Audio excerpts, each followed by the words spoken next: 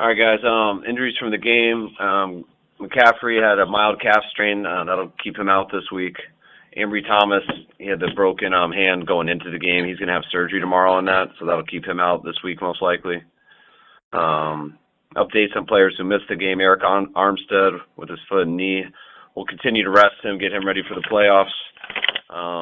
Dwelly with his high ankle. We'll see, but not likely to go this week. And Juwan and Jalen Moore, they're both still in the protocol. And Jair Brown, his knee, will just continue to rehab, and we'll see how it goes this week. I'm not sure whether he has a chance or not. All right, guys. Yeah, Kyle, I understand you kind of with all the roster, just stressing 48 players. Are there any other veteran guys, such as Trent Williams or anybody else, that you enter this week, pretty much set that they're not going to play? No one's set right now. I'm still discussing that with coaches and stuff and just trying to figure it all out, what's best for us. And I'll probably discuss it with those players also, but not as many as you would think. It's really a hard thing to do, and it's not always the best thing to do, too. So we're going to take everything into account, but it's still something we're going to continue talking about throughout this day and tomorrow. Is your plan to have Brock start? Don't have that plan yet. We're still discussing all those things. Okay. You've got two wide receivers on IR. What are the plans for Ray McLeod and Danny Gray?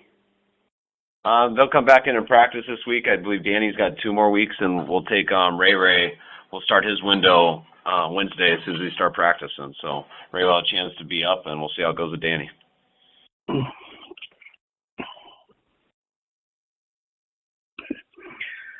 Kyle, you kind of referenced this earlier about it's not always the best thing to do. How conscious are you, or what's your history with the risk of rustiness when guys don't play for 2 weeks in a row, essentially going into the playoffs?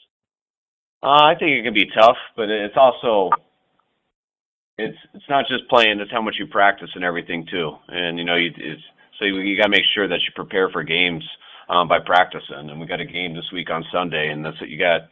When you give guys the game off. Practice changes too, and that can end up hurting guys a lot, and you end up just developing bad habits, and I've seen it cost a lot of teams. So, and it does give some guys a chance to get healthy, but when you do that and you sit people, then you want to sit some of the names you guys mentioned, but then other people got to double up and do a lot more because you only get 2 guys off a practice squad also. If you want to get more than 2 off practice squad, we got to cut people on our roster, and then we don't get those guys just to get those guys up. So it always can end up hurting. You rest players, and that sometimes gets more players injured. So that's all that stuff you got to balance out, and that's why it's there's not a clear-cut decision on anything. You got to look in each individual and each situation and play it out as the week goes. Kyle, we've seen over the last 3 years now that Elijah Mitchell can miss time, sometimes a substantial amount of time, and then come back and carry a pretty big workload and hit the ground running. What is it about him that enables him to do that?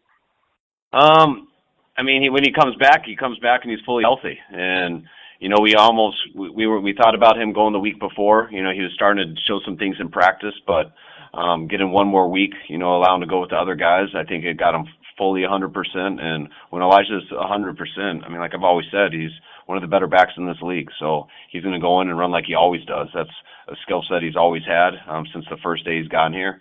And when he's good to go, he always looks like Elijah. Is there an estimate on how much time Ambry Thomas will miss with his hand surgery? It would only be this week. I think they even told me before the Washington game that he would get surgery this Tuesday, and there could still be an outside chance to play this Sunday. So I doubt that we would risk that now in this situation that we're in. But that makes me feel pretty confident for our next game he'll be available. Kyle, would he play with the club? What's that? Would he play with some type of club? That's what he did yesterday. He played with a cast to cover it up and everything. So hopefully the surgery, what they have to do, I'm not exactly sure. I don't look into it that much, but they say he'll be fine when he comes back, and this will help him. He just had to get through that game last night. Mm-hmm. It probably falls under the too early to tell, but have you guys thought about, or do you plan on keeping 3 quarterbacks up for this game? I think you answered your question before you asked that. No. Hey, Kyle, what was the vibe mood like on the flight home? Given not just the win, but given that you knew by then that you had clinched the number 1 seed. That was pretty cool. The guys had a good time. It's funny playing to get on and have a good time with each other. I actually was exhausted, fell asleep for a little bit, woke up, watched the game, and went back to the plane and saw a bunch of the guys having fun. A lot of guys by that time were kind of sleeping, or some were still watching it, some were playing cards. But the guys, they had worked real hard for that, and I don't think we were all expecting to get it last night. So it was a pleasant surprise, and I know the guys enjoyed it on the way home.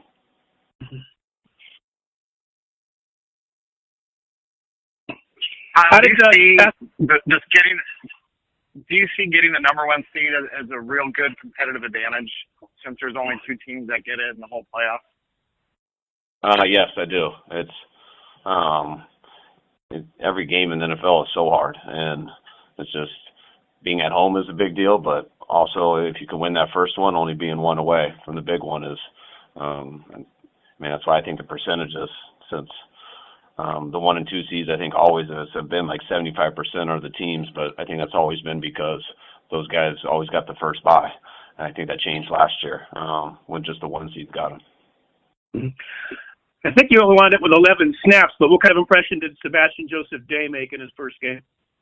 It was good to get him out there. I mean, we definitely liked the guy and liked the player. Asking him to do some totally different stuff. So it was, the way he's, the style that he's played with 2 gaps, and his stances and stuff are just kind of the opposite of what we do. So it was to get him really a half practice where he just got to work on a couple things full speed for 2 periods, and then for him to go out there and play those 11 plays, I was real impressed with him. He was ready to go, did everything we asked, and I bet you he'll get a little bit more playing time than that next week. Defensively, second half defensively, Washington got almost nothing, and part of that was because you guys had the ball so much. But I'm curious as to what you thought changed in the first half, the second half on defense. Well, I thought we didn't give up a big, we didn't give up a big touchdown like on the go route. There wasn't a touchdown, but they got him down there. When they did get down in the red zone that one time, we had all-out blitz, I believe, on 3rd down, and Mooney had a big turnover that was a huge change. And we cleaned up on some of those screens and stuff and didn't give any of that leaky yardage. So got him off the field fast, and we were able to get a run game going and control the ball pretty well. Kyle, you described. I don't know how much you got to see. Kyle, I don't know how much you got to see the end of that Detroit-Dallas game the other night. I'm just curious, how often do you have plays or things that might be a little complicated that you have to kind of alert officials to before the game, and how much do you kind of walk the line of not trying to be too complicated when you do that?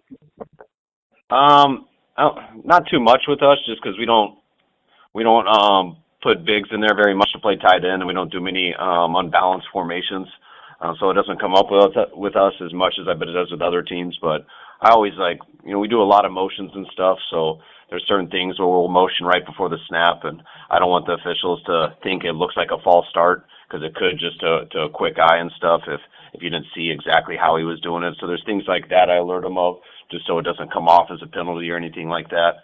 But we don't have to do too much. They always ask you, is there anybody, do you have any unbalanced, do you have anyone reporting in the game? And usually my answer is only if there's injuries that'll happen. So don't have to do it too much.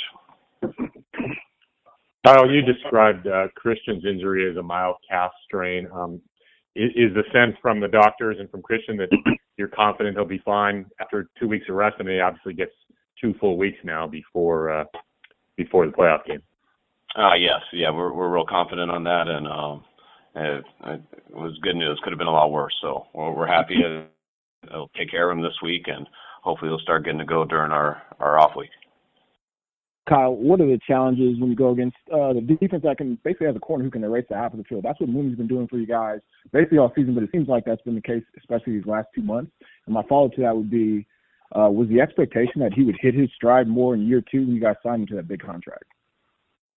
I mean, yeah, when you need to avoid a corner and attack, when you're always trying to think about attacking coverages, pressures, how to get rid of the ball, how to help people get open, but then you got to think of a player to avoid. It makes it much harder.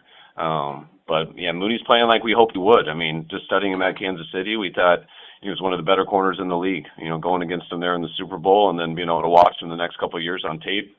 And we feel like he's kind of always played like this, and he works at it. I think the more you work at it, the better you get. And once he had to, once he got a couple picks, now they've all started sticking to his hands, and so he's just getting more and more each week. And couldn't be more happy with Mooney. And he's an awesome dude, and he's playing with a lot of confidence right now, as he should be.